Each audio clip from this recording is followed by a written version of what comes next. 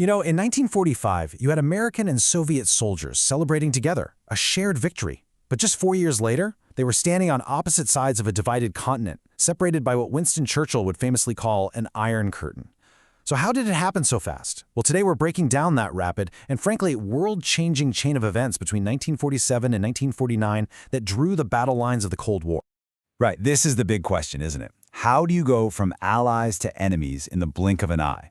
Was it just inevitable? I mean, you had two totally opposite ideologies clashing. Or was it a series of blunders, of miscalculations, one reaction leading to another? We're going to dig into the key moments that really push these two superpowers apart and split Europe right down the middle. All right, so to really get our heads around this, we're going to follow the story through 5 key stages. It's like a chain reaction. We'll start with America's big opening moves, all about doctrines and dollars. Then we'll see how the Soviets fired back to lock down their own bloc. After that, we get the first major standoff in Berlin. And from there, we'll see the military lines get drawn. And finally, how the whole thing went global by the end of 1949. Okay, so the first real move comes from Washington in 1947. You have to remember, the US came out of the war as this huge economic superpower, and they decided to completely flip the script on their history of isolationism and launch this bold new strategy, a 1-2 punch of ideology and economics. The first punch, the ideological one, landed in March 1947. There was a real fear that Greece and Turkey could fall to communism. So President Truman gets up and announces this radical new idea for American foreign policy. He basically says the US will now support any nation fighting against communism. And just like that, you have containment. It was America drawing a line in the sand. The Cold War now had its mission statement. And then came the second punch, the economic one. And you got to listen to how they framed this. George Marshall said their policy wasn't against any country, but against hunger, poverty, desperation. I mean, that's brilliant, right? The Marshall Plan wasn't sold as some anti-Soviet weapon. It was presented as this massive humanitarian project to rebuild Europe, all based on one simple idea. People with full stomachs and stable economies don't vote for communism. But here's the genius part. Tucked inside this incredibly generous offer was a poison pill. See, it was technically open to everyone, but there was a catch. To get the money, you had to open up your financial records to American inspection. And for Stalin, who was, incredibly secretive and paranoid, no way. That was a deal breaker from the start. It was an offer that was masterfully designed to be refused, basically forcing every country to make a choice. Are you with Washington's open system or Moscow's closed one? So, you can probably guess how Moscow reacted. They didn't see this as a helping hand. They saw it as an act of aggression. Stalin's response was fast and it was ruthless, all aimed at one thing: cementing his control over Eastern Europe and building a firewall against this new American influence. From where Stalin was sitting, the Marshall Plan was just dollar imperialism. Looking at it through a communist lens, they didn't see the US helping. They saw America using its cash to buy friends, to create a bunch of dependent capitalist countries that would surround the USSR and serve American interests.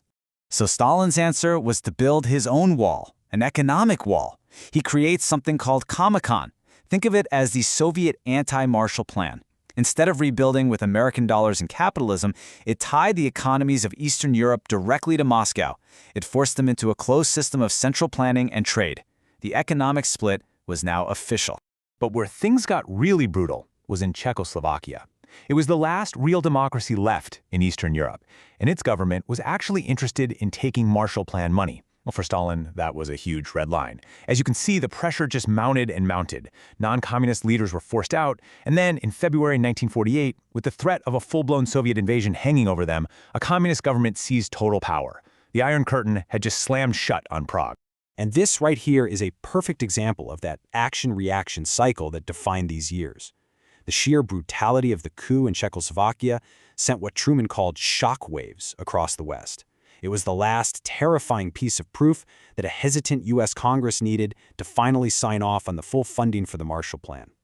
So, in a way, Stalin's move to lock down his bloc is what directly triggered America's full economic counterattack. Okay, so you've got the ideological lines drawn, you've got the economic lines drawn. Now, the conflict gets physical. And it all focused on one single volatile spot on the map, the city of Berlin. Just think about it. A city divided between the 4 winners of the war, but sitting deep inside the Soviet-controlled part of Germany. It was a little island of Western democracy in a sea of communism. When it came to Germany, the Allies and the Soviets were on completely different planets. The West wanted to rebuild it, make it a stable, democratic, capitalist partner. But Stalin? He was determined to keep Germany weak, to punish it, and to strip mine its eastern half for resources to rebuild his own shattered country. So here's how it all went down. In June of 1948, the Western Allies introduced a new, stable currency to get their parts of Germany back on their feet. Stalin saw this as step one toward creating a powerful West Germany, which he saw as a direct threat. So he reacts by shutting everything down. A total blockade of West Berlin. All roads, railways, canals cut off. The plan was to starve the city's 2.5 million people into surrendering. But then the Allies did something incredible, the Berlin Airlift. For almost a year, they flew in everything, food, fuel, medicine, until Stalin finally had to give up. So what's the big takeaway here? The blockade failed, and that failure basically sealed Germany's fate. It proved to everyone that cooperation was impossible. So soon after, they just made the division official. 2 separate German countries were created, the capitalist Federal Republic in the west and the communist German Democratic Republic in the east. The Iron Curtain now had a real, physical border running right through the heart of Germany. You have to understand, the Berlin blockade was a huge wake-up call for the West. It was a political standoff, yeah, but it was a terrifying glimpse of how close they were to an actual war. That fear, plus the shock of what happened in Czechoslovakia, convinced the West that their economic plan wasn't enough.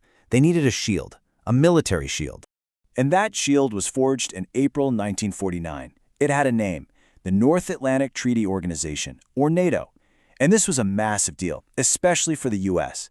It was the first time in history America had joined a binding military alliance when there wasn't a war going on. The core idea was collective defense. Basically, an attack on one is an attack on all. It was a crystal clear message to Moscow. Mess with one of us, and you mess with all of us.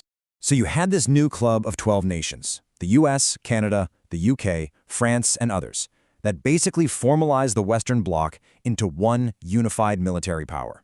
The lines that had been drawn with ideas and money were now backed up by armies and tanks. The military division of Europe was now official.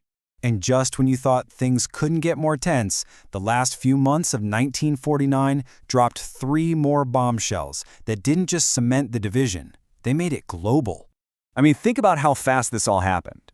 In September, the Soviets test their first atomic bomb. Boom. America's nuclear monopoly is gone, and the terrifying arms race is on.